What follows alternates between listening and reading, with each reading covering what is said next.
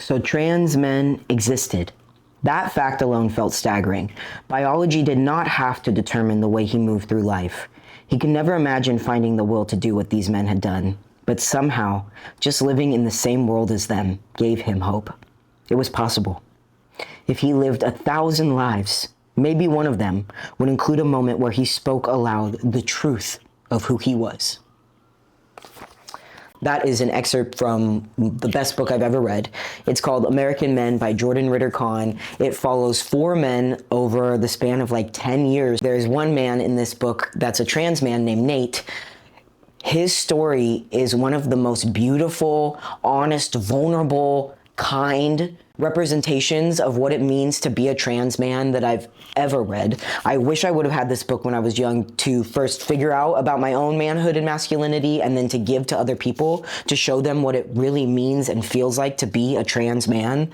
I feel like there's so much conversation right now about manhood and masculinity and what do we do about all of these problems. And the first step is men to be vulnerable with other men, to hear and share our stories, and to see that patriarchy is hurting all of us. And there is a way forward, and there's different ways that we can be a man, but we're all man enough. His book, I think, beautifully does that. And you can tell the kind of loving connection that he has with these men, and the way that these men have never been asked these really vulnerable, intimate questions about themselves, and how healing it is for me as another man to just read about their lives. And I'm sure how healing it was for them to share. I want every man to read this book. I was lucky enough actually to get to thank Nate personally, who is a trans man that is one of the 4 stories of this book. Tag him below.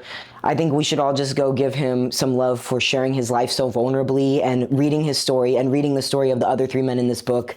I promise you will learn something, you will feel touched, and you will probably cry like I did. I'm so grateful that Jordan Ritter Conn included a trans man in a story about American men. This book is all over the place, and to see a book of this caliber with an author of this level that says American Men on it, and it includes the story of a trans man and shows his manhood and his masculinity and juxtaposes it with all the stories of these other men, was so healing and so important. And this is what it looks like when cis men actually come and listen to trans men talk about our masculinity, because we have so many important, beautiful things to say.